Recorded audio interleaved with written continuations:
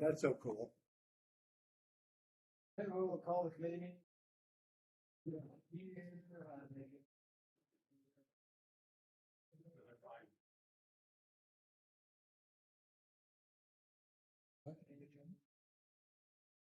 Let's start with AB 23.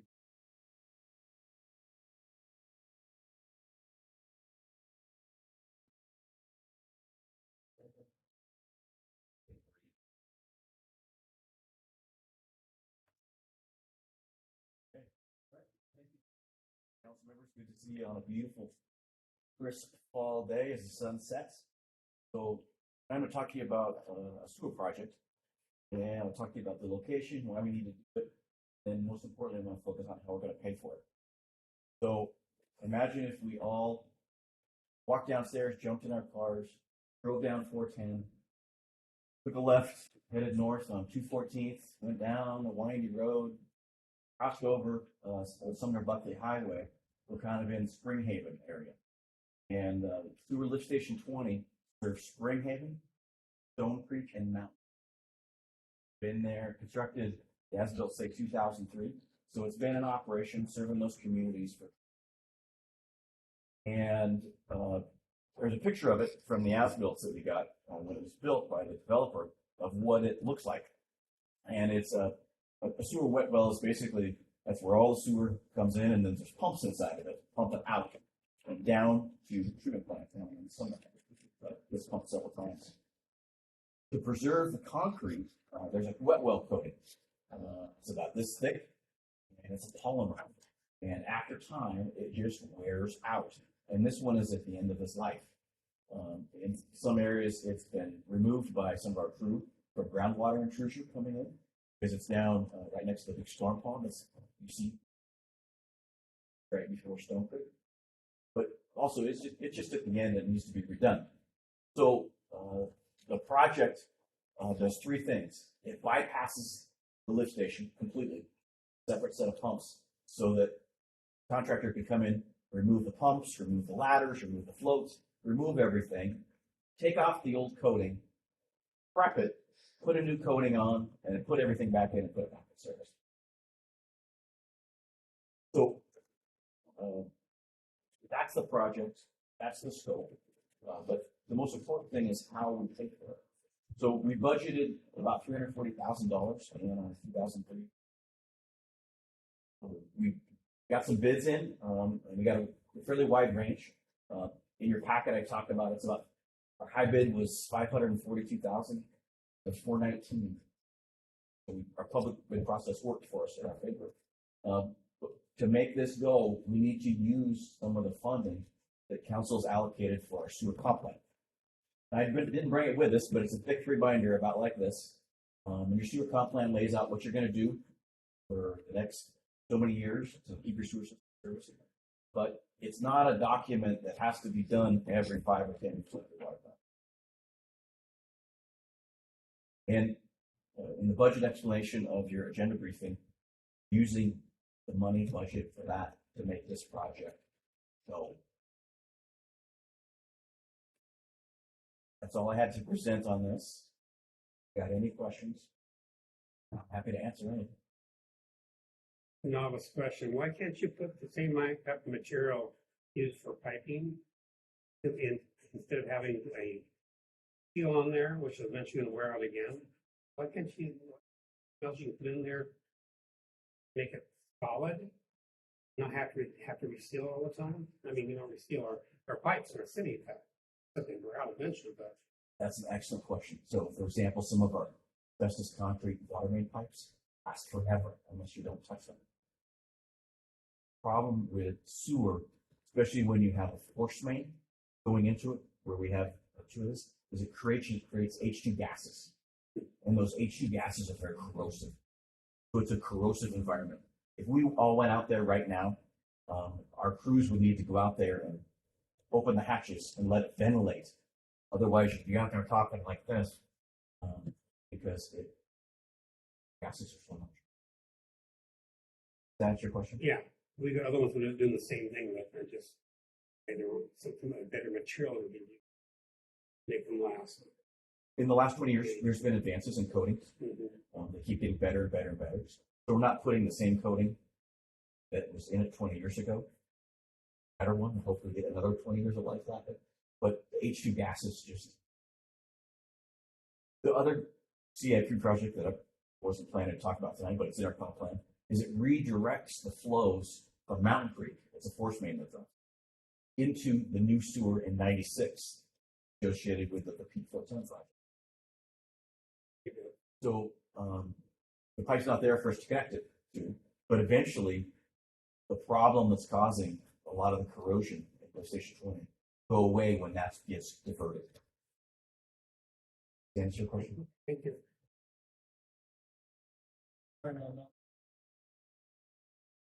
Program it in for the next biennium. There hasn't been any major changes to our capital projects, which is one of the big drivers in updating your general sewer plan. So at this point, we feel like we could safely bump it up potentially the next.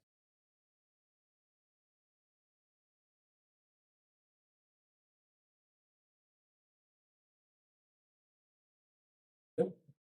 There's no statutory requirement to do it at any certain interval. Here's for a water system. Why is that? Why is the statutory requirement there?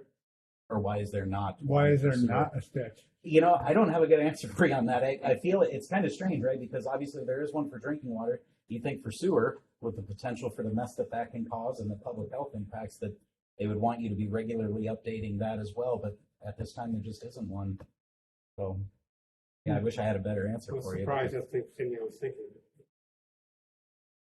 They watch it so very carefully with water. Yeah. Right. Good point. Have we used McCann before? Does anybody know? We have not, but the subcontractor that does the coating did the coating on Lift Station 18, which is in front of Safeway. The last coating project that we did, same subcontractor. What happens if we don't vote for this? You take a lot of risk because if it fails in an emergency, in addition to the coating, there are a lot of some of the concrete in the wet well is deteriorated and fallen off.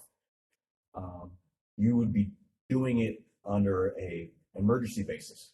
So if that happened, it'd be similar to when the camera got stuck in 410, and you had to call everybody in, and you're paying 21% markup on labor, 29% markup on materials, 15% markup on subs. So it would cost you a lot more versus doing it now when you put the public bid process in your favor.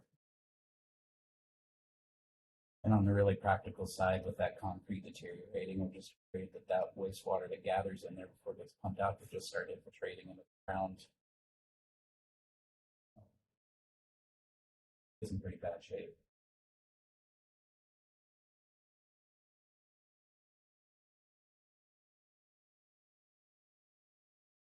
I'm good with that. I just hate going to negative anywhere. Some of the funds is negative here. What are we attributing that, 25% delta to? Say that one more time. Yes, So it's basically 25% of the value of the contract that we're off. I mean, Yeah. so we budgeted. I think you're seeing in the last 3 years atmospheric rise in cost of labor, materials, and this was budgeted back in, I guess, 22 before you really see that. You saw that when I brought to you before you brought Granger Springs, we had to reject bids because the labor materials is just going on the roof. And this is one of the projects that was budgeted before that happened. So that's really why there's a delta there. Our public works projects are costing us more. So is that Gaelic for inflation? Is that what you're saying? Could probably put it under the heading of inflation to a certain degree. Yeah. Sorry, I'm just like, yeah, I hate that word. Yeah, it seems like the easy answer, but it truly is, as Ken described. I mean, we're seeing things never would have anticipated a couple of years ago, and we were pretty nuts. Hard to get stuff done. And to address your question, Tom, I know, yeah, we always hate to bring stuff forward that indicates a negative budget balance. I think in this case, because we have the flexibility where that general did budget for that, since we're not going to do it, we do have that money available to cover that negative balance. So I think we're going to be good. Thank you. So in future, every time you bring up, a lot of projects come forward to us, they're doing big works, they're over budget. And are you going to be looking at future ones to make sure they make sense, or keep bringing those back to council over what costs more, so we're negative for this? I realize that, we talk about this all year long. Why aren't you considering that before you bring it to us, or where it's going to come from? Otherwise, it seems kind of an ongoing issue that we have to say, okay, but it's not right for the citizens for us to have that, because you know it's going to happen. Do you not look at those 12 months in advance or anything for what we budget, or not read up on them? You have a new graph you're using for these? So, and I'll let you jump in here, Ken, in just a minute. I guess what I would say, just to address that, is that budgeted amounts reflect what we thought the project was going to cost 2 years ago. Right. And then once it's in the budget, we don't have the latitude to go into the budget and then just change that budgeted amount. And nor should we until we know and have a better idea after the design is done by an engineer to go in and make those changes. So the timing of it, how we put the budget together, combined with just what's going on in the construction industry, means that probably we're going to have to deal with some of these next. This won't be the last one. So is there something we can do working for like the next biennium to go readdress anything that's That's over my thought. 24 months? A lot of work, Right. but still. That would be like almost. Could be. Wait, where were How- we getting this money? Yeah, No. The time and labor to make it happen. one of the things we do try and Have you do. looked in? Yeah. Yes. Heard that count too. One of the things we do try and do is engage with our consultants when we're putting together our budgets. We can certainly spend some time working with them.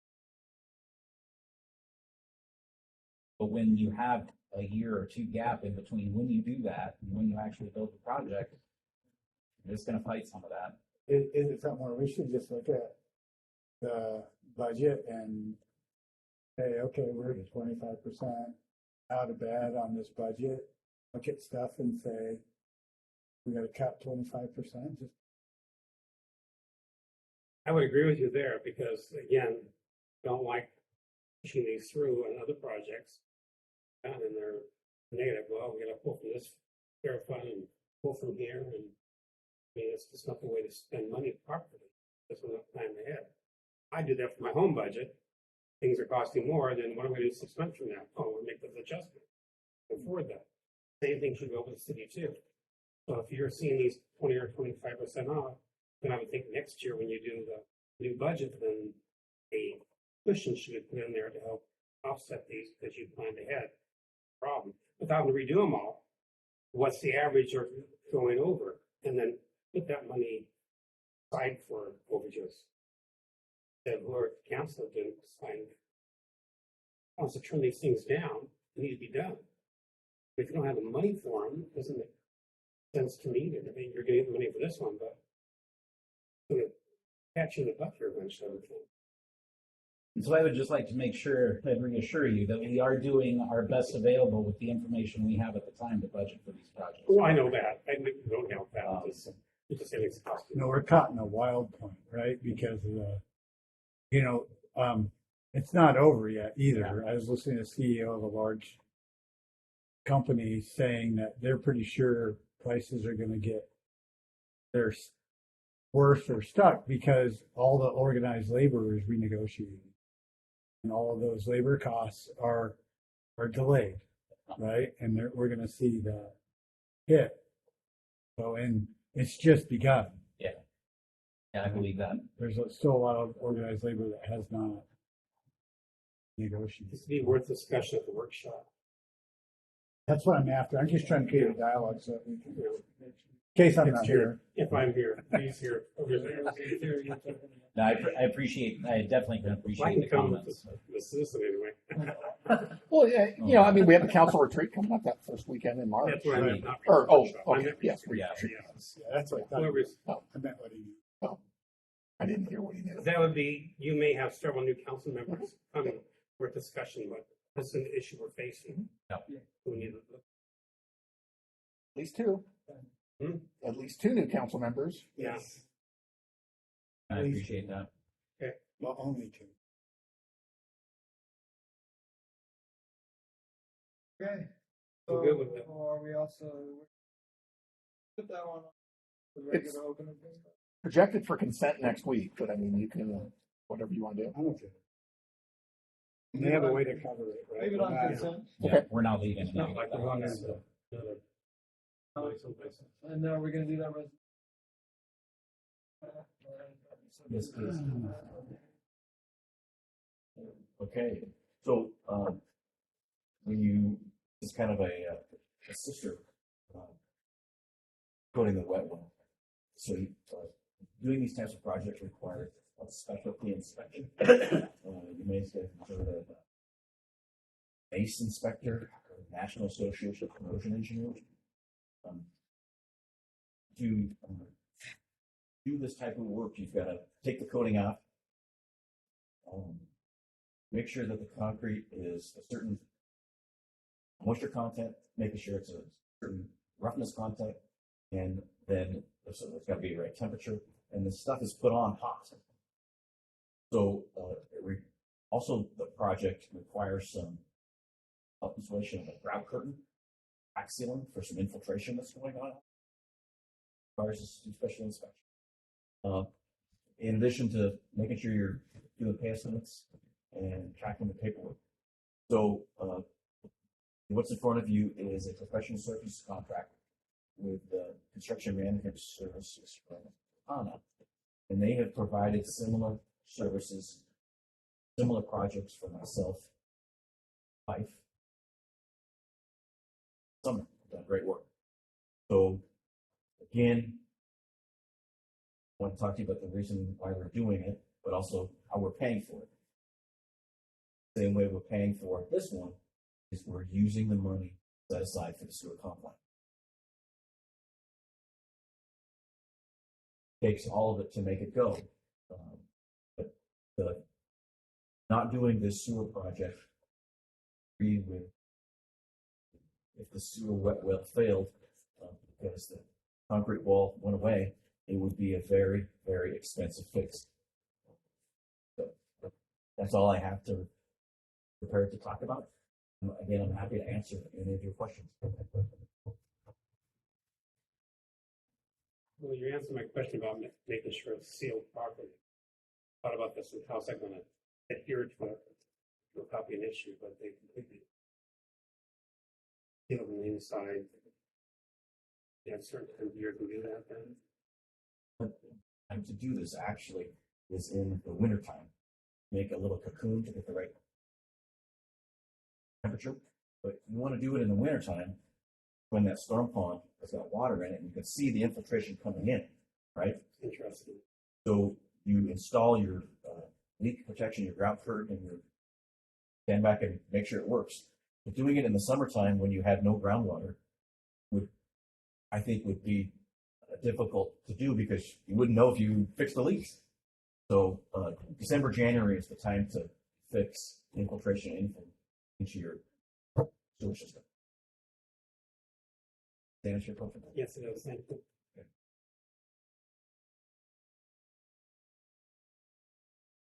So why do we separate the contract from the construction management? Do we see that in the Bonney and budget when we get the estimates, here's the contract, here's the, Typically, what you see in your biennial budgets are one number for the entire project, which typically includes. And then, of course, the reason that it's broken out into 2 years, it's different vendors, different contractors.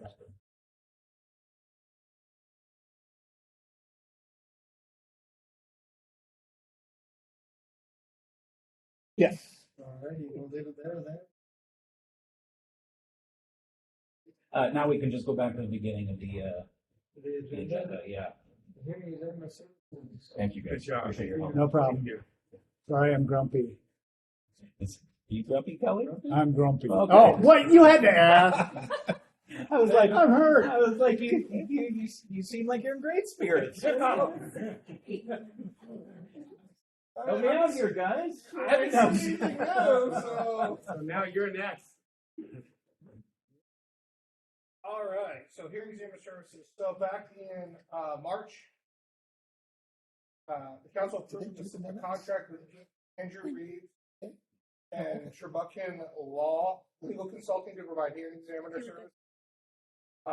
Without going into all of the details, the short story is he wasn't performing per the contract, in a really, really bad way. So earlier in September, we canceled his contract, and basically have come to agreement that we don't owe him any money, to include his monthly stipend that he had put in that other contract. So which left us without a hearing examiner. So with the help of with Jennifer, we found Alex Seidels, to fill the role of the violent hearing examiner. With Alex, we're not paying a monthly retainer, so there's a savings there. And the rates that he's charging us for the same hearings are a little. So the hearing rates will be less, and we don't have the monthly retainer. So we're proposing that we sign a contract with Alex Seidels to name him the violent hearing examiner, and also just authorize the mayor to sign the contract. How long was the previous examiner? We had him for a year, and he was pretty fine. And then after we signed the contract, there was some extenuating medical issues, and I really don't want to get Okay. public record that kind of prevented him from performing consistent with the requirements of the contract. And he didn't even oppose the cancellation of the contract. It wasn't his ability, it was just other personal things. Yeah, it's stuff I really don't feel comfortable discussing. Okay, because I know that I've gotten some email from some people regarding, they didn't like the outcome of the hearing. Do we want to go back and reevaluate? I'm hearing no, that it wasn't a performance issue, it was Yeah, I think in the work that was completed, we have confidence that it Yeah, was done. And he hasn't completed, that was part of the problem, is he hadn't completed any of the work going back until early this year. So there was no decisions that he issued, it was the lack of. And then what we've done is, earlier this month, we signed a contract with Phil Oberts to complete the appellate hearing examiner. And Phil is reviewing the video of those meetings and those hearings, and issuing on those decisions. And we have not seen any. We may not like what the outcome is, but we're not seeing such an issue that we thought it was erroneous. and this is an examiner who's taken the role that would have come to city council. That's Yes, It is, isn't it? but if they go to city council, you can't. Council is then operating as a judge. It can't go talk to their constituents. Sure. Which is Right. why the hearing examiner was created, so that council members can be council members, talk to their constituents. But we can't do anything because hearing examiner is the arbiter. He's the decision maker. Right, yeah. And then, but if the hearing examiner issued the decision in such an erroneous manner, we can also know that decision. We're not bound by that decision. Who is we? The city. Okay. So if the council And feels, city council, so council Mhm. could I could make a motion, say, this constituent's upset, that was obviously the wrong, go appeal it. And then you guys would go appeal. yes, but we want to consult with our city attorney to make sure we got a legal basis. I don't know which decision you're referring to, but we would have to do that within 21 days. I'll have to go back, I'll ask you that. Yeah, I know. I think I know which one you're referring to, Mhm. and that actually wasn't out. That was not Andrew Reeves. That was actually a decision issued by Phil Holbrooks, and Phil has been a hearing examiner for over 20 years, and probably one of the top hearing examiners. Don't have to like it. You don't have to like it, but I'm just saying from a qualifications and understanding of the legal framework in which these decisions. I got it. I'm just trying to understand. Yeah. So Alex would step into that role. We had Phil do it because Andrew was having challenges, so we had Phil do it as a pro tem. We would, in the future, those would go out.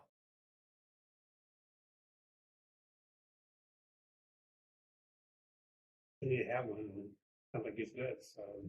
Yeah.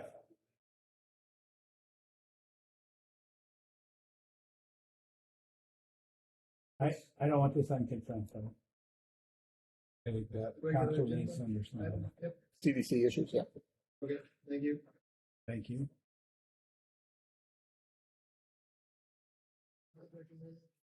Phil Holbrooks, 3180. Yeah. So we're proposing to amend Phil's contract to also hear basically code enforcement appeals. So appeals of notice of civil penalties, appeals of notice of violations. As I said, Phil has significantly more experience than Alex does, and because of the legal issues typically involved with those types of violation notices, we felt it would be better to have a more seasoned hearing examiner on those types of hearings. So we're proposing just for code enforcement appeals and appeals of civil. And it also makes us a little bit more efficient and quicker because we have two hearing examiners.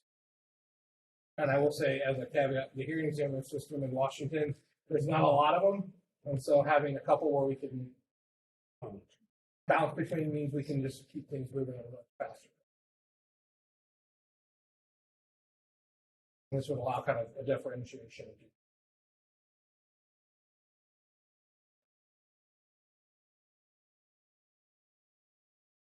This one news. No, Phil already has a contract. He is the appellate hearing examiner. Right. So when we do an action to declare, and the way it works is for an appellate hearing examiner, which was created earlier this year, when we have someone appeal, when we go to declare a structure unfit for human habitation, we have to have a local appeals process plus a public hearing. So we have the hearing examiner, which is Alex Silas, in theory, would hear the unfit dwelling. And if someone wants to appeal that, they would appeal that to Phil as the appellate hearing. So he serves as an appeal body, and because that's a code enforcement matter, and we also have enforcement matters, we just felt for efficiency and organizational structure, having Phil sit as the appeal body for code enforcement matters would be the way to go, and then keep Alex doing mainly and the initial hearing for unfit. Keeps us out too. The complaint. Yeah, I mean, I will say it's very tough when you have to act as the judge because you cannot speak to your patient. That's very hard for the constituents to understand that they cannot talk to them. Which is why those quasi-judicial matters, because of that interest, that very strange relationship that is created. Because you kind of take your council member hat off and you're sitting as a judge. You can't have any conversation outside the council chamber about that topic. So if someone did contact you, you would have to say, I can't talk to you about it. Mm-hmm. Which is why we use the hearing examiner system so that people feel they can still reach out to the council for this conversation. Yeah, but we take the elected official right? The people's ability to petition an elected official. Right, but And that's really kind of what happens. that's what I'm saying is they couldn't petition to resolve their grievances. All that they do, when they do the appeal, you're acting as the judge. That's when they petition you, right? Right, but you had, I'm still their elected official and they're petitioning me, so. but they couldn't talk to you out. They would have to file an appeal through us. Sure, That appeal would have to go to the city council. yeah, The city council could not talk to anybody, and you actually are creating a huge legal liability. Because if things are unpopular but still legal, mhm, the council voting it down because they don't like it, because the constituents doesn't like it, you're just creating a huge liability for the city. Because if you deny a permit, until we change the law to make it well, these are not state a laws. problem. These are state laws. challenge. So the requirements for a subdivision, see, the problem is a lot of these permits, it's not is a good idea or a bad idea. It is, does it meet the standard? But as long as they check the box that says it meets the standard, you can't not hold up the permit. The minute you do, you're acting in an arbitrary and capricious way, and the developers or whoever's filing the action is entitled to damages. So you create kind of a liability. The way it would work in a perfect world is if the council, and we can let the council have every hearing examiner decision that we get. We have no problem distributing them to the council. If the council felt like that decision was issued in error, they can always instruct staff to appeal it. And then that process still works. But allows the council to operate as that legislative body without kind of commingling. Have you seen council get into it? It sounds Yeah, good, and it sounds good until it gets. Oh, it's a tough job. Yeah. I get it. I get it.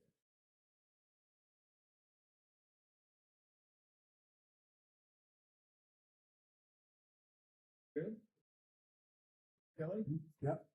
where does it go on the agenda? This, I think if we discuss the other one, this is about the same topic. Making sure the council knows that this is what the hearing. That's a good point. I mean, once you make it full council, so we can talk about it briefly so we understand Yeah, in case it comes up, because that's your Right. question. right. You know, who knows who's gonna run into that in the future as a councilman? Item, Yep. Got it. last item, I guess.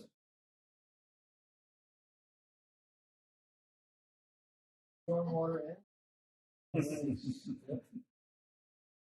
Your agenda goes 23-950, authorizing the purchase of primary roofing.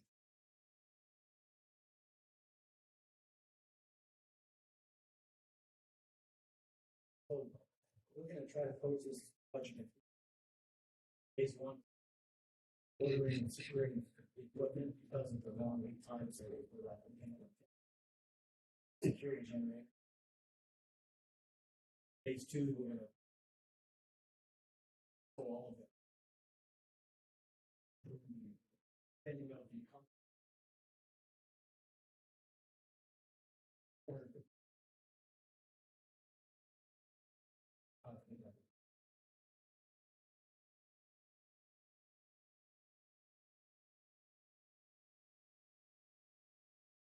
Where's it at now? It's over there at the, behind the building. That's all about it. Yeah, behind the building, it's kind of like, Oh, right, okay. Yeah, I know. then, phase three would be electrical things, and equipment installation. Ductwork installation.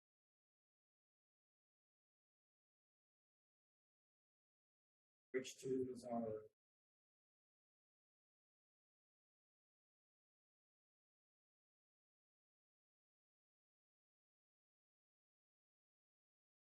Equipment, generator.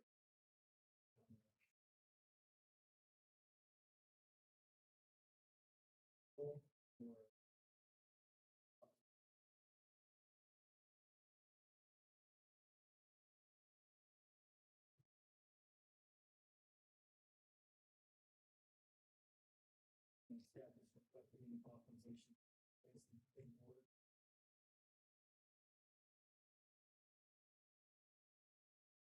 You need it desperately, that's not.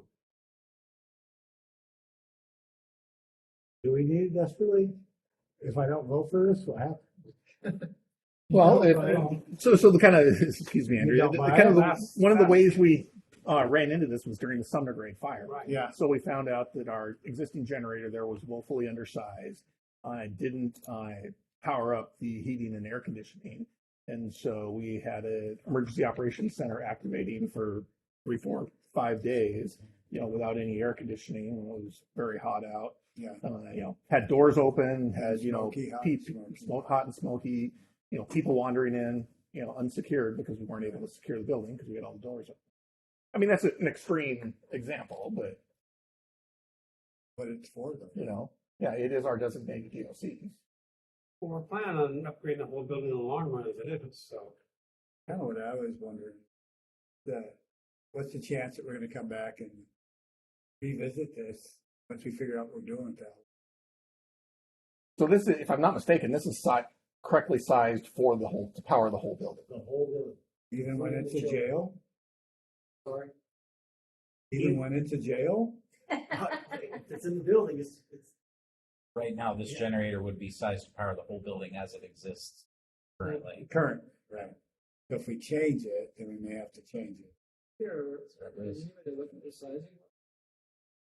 Well, because I'm in and Kelly trying to figure out what.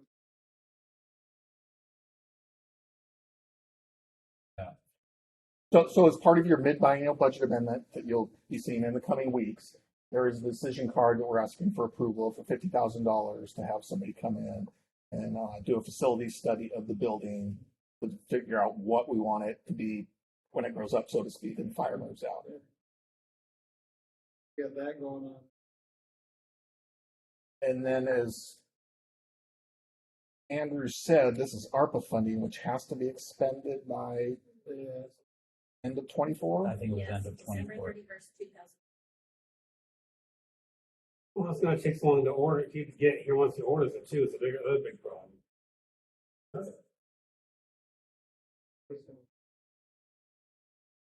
RH2.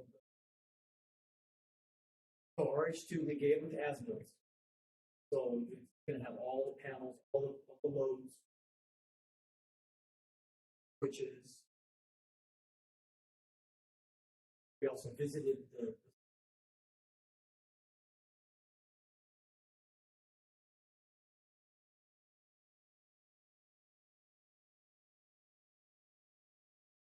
Loads in. Higher size of generator.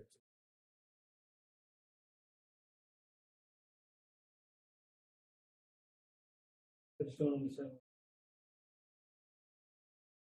A chiller is what drove. The size. We're looking at that, this is a generator that size big.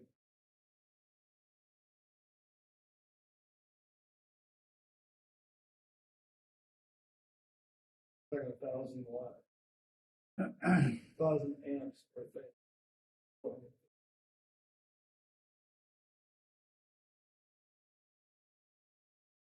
Hopefully it is what it is. It's extraordinarily large. Well, I can tell you this also, that's facility wise. And we have one smaller than you have over there today that powers our entire complex, 4 buildings.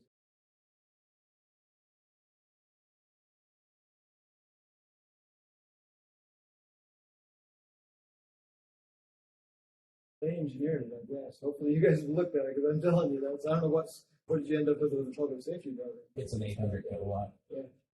You have the whole, Yeah, everything over there.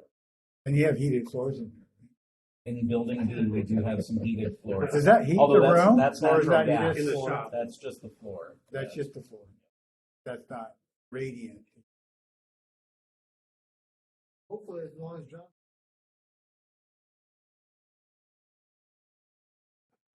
Would you be much better off to spend the money? I guess you guys have already figured this out, but you don't want to. Yeah, so we've applied for a Homeland Security grant for the one here. You're all okay. I think the chief has already got his new office picked out. Right? when fire vacates. There you go. So you guys are good with that.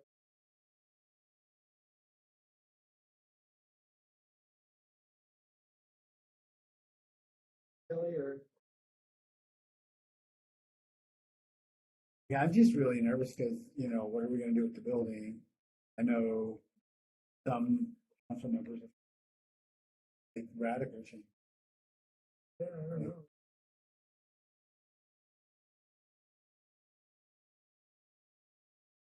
Well, the good news is I can guarantee you that whatever you're gonna do with that building, will generate. This. You'll cover the jail, I You're think. not gonna be We're not, buying a yeah. bigger generator. Yeah, I yeah. can like pretty much guarantee that. Right, yeah. Well, I know nothing about generator stuff.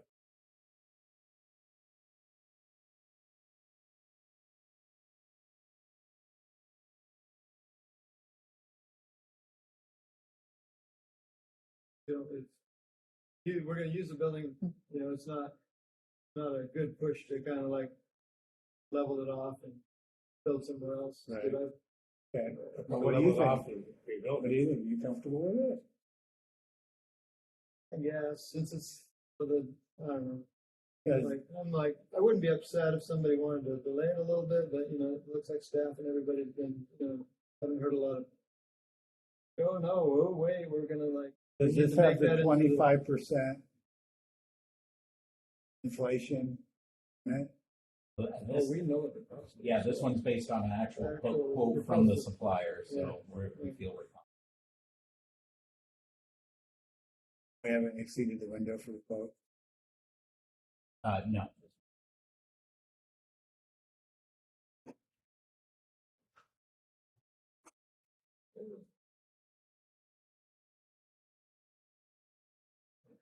I'm hearing good.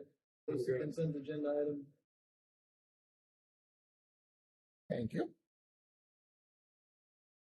Wait, speak that So we never asked. Any open? So I went to the Capital Facilities Advisory Committee for School District, right? And they're looking at a few things that I thought I'd bring up.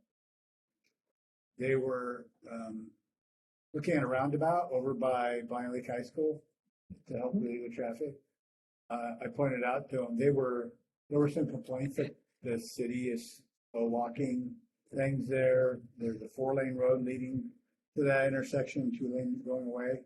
I proposed to them that we could make that a 1-way road. So maybe they can just go to the hallway and stay. I like it. Get my vote. Just put a stop sign by the. I thought we could get that to pass, right? They didn't think much of that. No. But anyway, so they were talking about that for projects, right? And I didn't know where the city was with that, and is there any state funding that can help? I'm like really nervous about using school funding to fix an intersection, but I understand they're part of the stakeholder for that intersection, and they're contending it's gonna fail if they upgrade school, if they add more students, right? Yeah. Second thing they were doing is they were looking for a place to put a pool. Again, Yeah, so they looked before. Oh, So- yeah, are you kidding? Oh, yeah. That was a huge they thing. wanted to give us some money before and we continue to fund, here's some money, I'll build a pool. We were And let you that take care of close it. to putting one Yeah, over we're at really WSU. We had lots of discussions on it. Well, what stopped that? Money to maintain it, I think, pretty much, but I think the school ultimately pulled back on that. Yeah, it sounds like they're hesitant. I mean, they were like, yeah, no, and It's like $2 there's million a or food something, I fight guess. inside, right? Say that again? it was $2 million, I think, to fund the school. Then we take it from there, but back to park funding, and we have people who have run pools, willing to help run it for us and stuff, so we had a lot of discussion where they go in ground, those big line pools and stuff. And Did we ever consider, they were like, would we ever consider just like, selling a part of that to them? Midtown, Yeah. for them We to were do going that. No, we were selling it, but we're gonna put people there. I mean, they're looking for property. Right. We talked to them about that. Never had any They're I like, know I they'll bring talked to them. them 5-6 years ago when they were talking about closing the pool. I was on when they did the first 5-6 years ago work they've done. I was on one of the committees.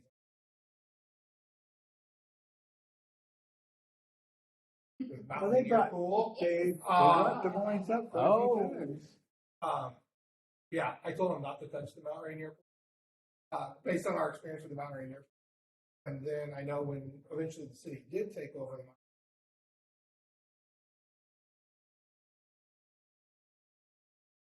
financial drain of the city to and kind of as a really want it, Coleman Metropolitan Parks District, armed for pool only. You can only have one Metropolitan Parks District, so that's how that pool stayed alive. It's running those pools are incredibly expensive, which is why the school district is wanting to do because the pool they have is basically life and there's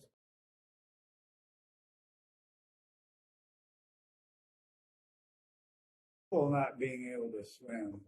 I'm just saying it's really dangerous. It's not something that Water we can't kills. engage with the school district as we finalize the plans for Midtown. Which will person as a community center there. That's what I heard. Disc golf is part of it, but it's not the only thing. But there's a community center that's proposed, and it could be part of that. And if the council wants us to explore those conversations, it could be that there's a part of that community center that's going to operate it through a interlocal lease with the school to run a pool there out of that facility. I guess, I'm just looking at this and I go, they're gonna spend, so they have a $1 billion budget, right? They're gonna spend $500 million in summer. They're gonna spend close to over 300 million in the T place. So that leaves Bonney Lake with what? Right, an intersection improvement, parking lot bigger for football parking, right? And is that what we want? I mean, how do we get, these guys are they're gonna pass they're gonna try to pass a gigantic bond. And we're in the middle and getting almost nothing. Well, but knowing what's where, if that's gonna be something that It'll be the Bonney Lake voters that make it pass or not pass. and if I'm only giving a quarter of the benefit, Right. I'm gonna want that better for them. Yeah, exactly, right.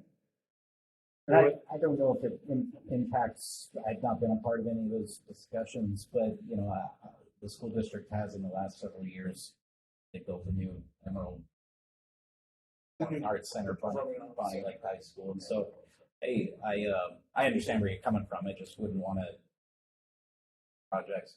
Really quickly, where the roundabout is concerned, we had to have our attorney and their attorney do some talking. Where that landed is that as far as partnering with the city is concerned on that project, we need the school district to apply for a development agreement. I don't know that application has been submitted yet. The letter was mailed out, correct, Brandy? Yes. So we're just waiting to see that application, and then from a project funding perspective, I mean, I don't know that it would really be something that would be on the city to contribute funds to that, because this is improvements to traffic volumes because of their projects. So just throwing that out there to give you some information for that.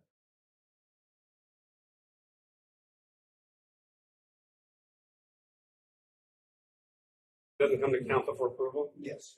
Development would. Right, because you got several that don't want the roundabouts. And this is much different than the roundabout that was proposed for 410. It's a double lane roundabout. I haven't seen a final conceptual design Concept for it art yet. they showed last night. It may be that, and those second lanes are drops into the schools. Yeah, and they have to take the west corner, right? Because I They know own the other property, there's some right of way they need. to but they purchase. thought that right away might already be. Could be city. And what's interesting is right north of that school property. I believe. Yeah, There's a gap where is. it's city, Right. county, Right. city, county. Right. and it's just a 2-lane road, so that's why I'm thinking those lanes are drops into the school parking lot. Heading northbound, well, and southbound, I think that's just 2 lanes coming, or 1 lane each way. Real quick, back to pools. Years ago, you mentioned there's a city out in the peninsula that built a pool out there. In the following year, they closed down because they couldn't fund it. And all the money for it, so that's probably the problem.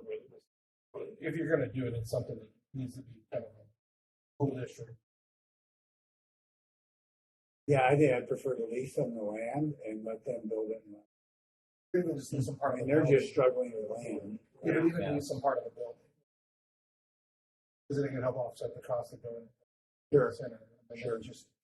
There's an interlope that it's, Right. you're basically leasing this or whatever. Well, they put one somewhere, they're on new ones, so. Building is important, right? We have a big lake over there, right? Scares me.